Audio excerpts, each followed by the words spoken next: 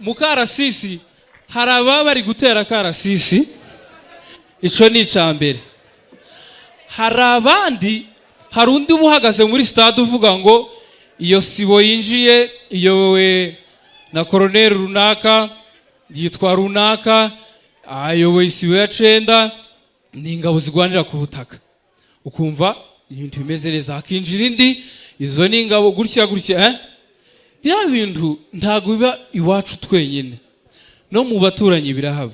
Ejo bundi nabonye Akarasisi ko mu baturanyi hinjiye abambere, numva ravuze ngo he Mutama, ngo ico gikundi cambere cinjiye ngo ni ingabo zigwanira mu mazi, ngo ico ca kabiri ngo ni ingabo zigwanira mu kirere.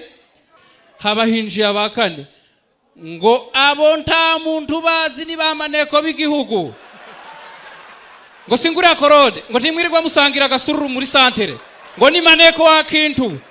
Murakoze cyane.